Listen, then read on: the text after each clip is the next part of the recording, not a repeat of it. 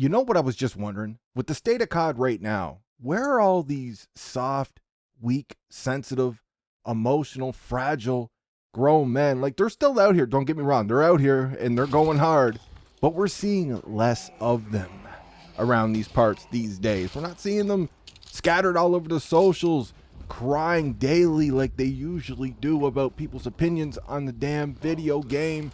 We're seeing less of them.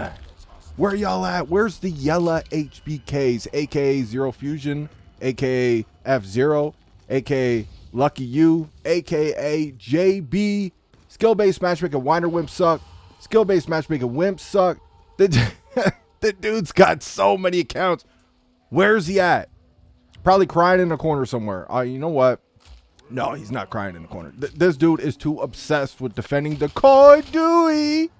He takes his job, his pro bono job for Activision, his puppeteering for Activision. He takes that shit too seriously. He can't ignore it, man. He spends his entire life hate watching people who complain about the piece of plastic video game to Call of Duty. Like, dude has no life outside. He tries to tell people that he's got a family and he works and all that shit. We all know that ain't true, man. You ain't got nothing going on in your life but the Call of Duty to take shit this seriously, but we're not seeing them as much. You notice that? We were seeing them every day when we found out that XDefiant was getting shut down. They were dropping all kinds of crazy, tarred posts about XDefiant, laughing at XDefiant, making videos on XDefiant getting shut down. Like, it was so funny to them, right? Because they're so fucking weak. They need COD's matchmaking to make them feel better about themselves when playing an online multiplayer shooter in a pub. This is why these little freaks, these grown men, beta male weirdos, this is why they hated on XDefiant as much as they did, man, because it was threatening Call of Duty's matchmaking potentially, right? If XDefiant hit it off and that game just exploded, Call of Duty might rethink their matchmaking. Oh, they can't have that. They need that handhold and protection because they're pathetic. Ironically, though, they'll try to tell you you're weak. You got a skill issue, the whole nine, because you don't think that this matchmaking belongs in a pub, because it doesn't belong in a pub. And we're just seeing the downfall of Call of Duty right now. Again, I've said this in so many videos. I got to say it again because somebody's going to show up for one video and they're going to be like, you're such an idiot, man. Like the YouTube, man. I'm telling you. Call of Duty is not going to die. At this juncture, it ain't going to die unless they kill it themselves. It's too much of a juggernaut.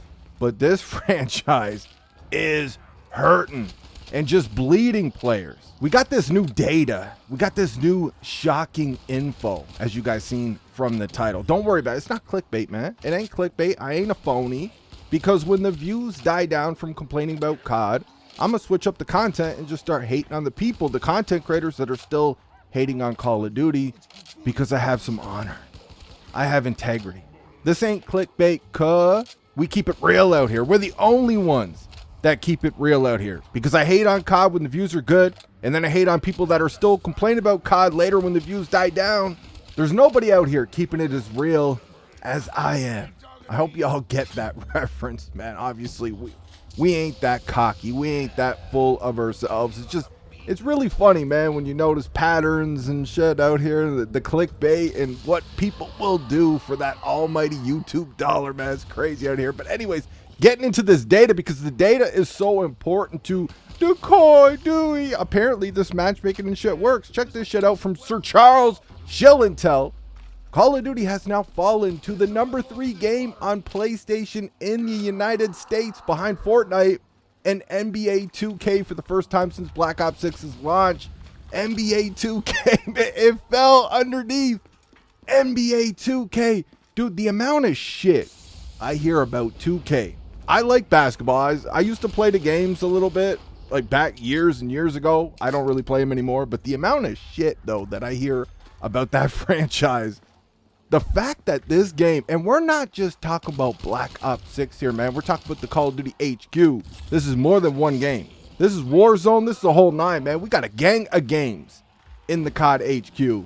And the fact that this, at this time of year, like we are just fresh off of Christmas. Nobody's buying this game for Christmas. Like, The fact that this game is now behind 2K, I don't think you guys realize the gravity of how insane that is.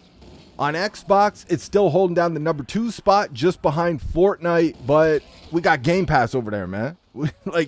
What would Call of Duty look like right now on Xbox without Game Pass? Of course, we've heard for a while now that, oh, it's just Steam, man. You're just looking at the Steam numbers. Your consoles, it's way more healthy on consoles. You're just looking at the Steam numbers. Stop being mean to the multi-billion-dollar company. Well, now we're looking at some of these console numbers, even though we don't actually have the figures, though. But now you got the Call of Duty HQ falling right after Christmas, man. Like, this game should be popping right now. It just dropped. We're talking about a brand new Call of Duty with a gang of Call of Duties in there, and it already dropped to 3. It's 2 on Xbox, and that's with Game Pass. And look at the numbers. It's declining on Steam. This game is bleeding.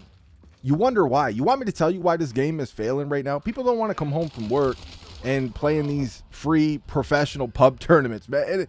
It's much worse than a professional tournament out here in these pubs, though, because they set you up to fail. Anybody who's not a bootlicker, a knob gobbler, and they're telling you the truth, they'll tell you straight up, man. Like, dude, there's games where the game doesn't want me to win. It set me up to fail. There was nothing I could do about it. I was going to lose that game no matter what I did. I could have camped. I could have installed some cheats. Why not? You ain't going to get banned for it. They ban clean players. They shadow ban clean players constantly, but they can't get the actual cheaters out of the game.